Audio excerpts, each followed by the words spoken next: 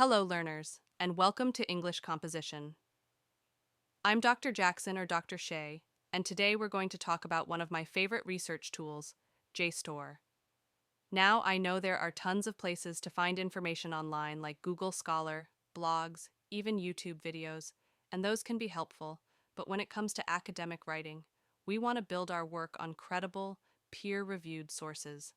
That's where JSTOR comes in. JSTOR is a digital library that gives you access to thousands of scholarly journals, books, and primary sources, the same kind professors, researchers, and universities all over the world use.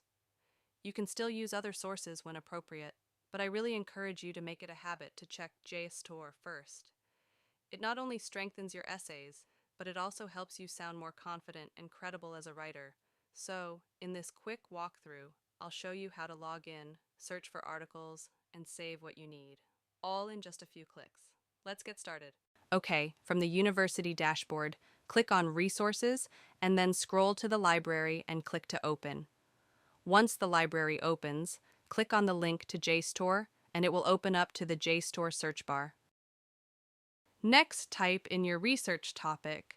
For this example, let's research social media and education.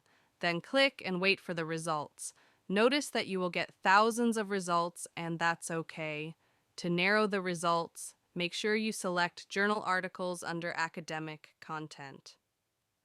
Then scroll down to input the dates for about 5 years.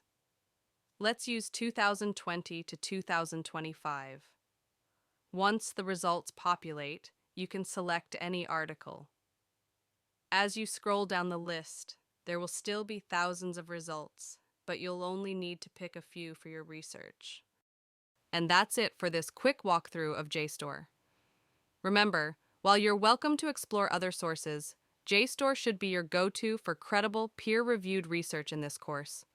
Using it consistently will not only strengthen your essays, but also prepare you for more advanced academic writing. Thanks for watching and happy researching.